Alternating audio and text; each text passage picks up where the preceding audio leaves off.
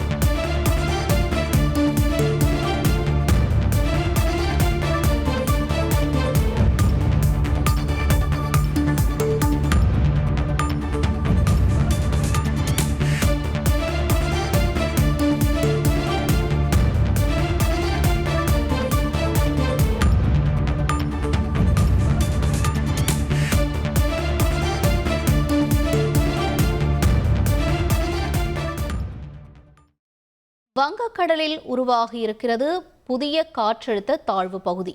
வங்கக்கடலில் புதிய குறைந்த காற்றழுத்த தாழ்வு பகுதி உருவாகி இருக்கிறது. முக்கிய செய்தியாக பார்த்து கொண்டிருக்கிறோம். கூடுதல் விவரங்களை செய்தியாளர் தாய்மானவன் வழங்க கேட்கலாம்.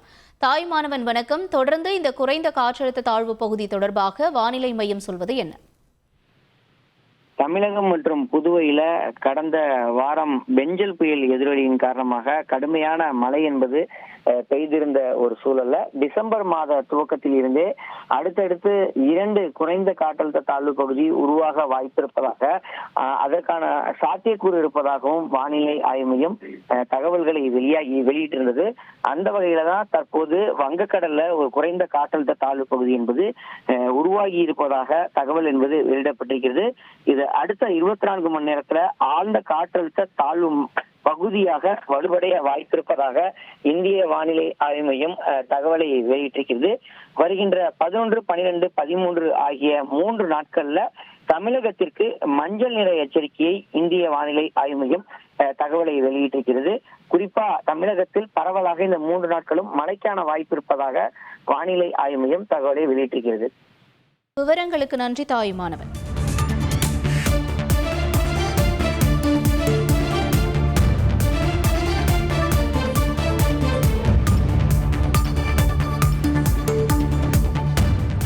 உங்கள் தந்திவன் தொலைக்காட்சியில் தெனாலிராமன் தினமும் மாலை 6 மணிக்கு காணத் தவறாதீர்கள்.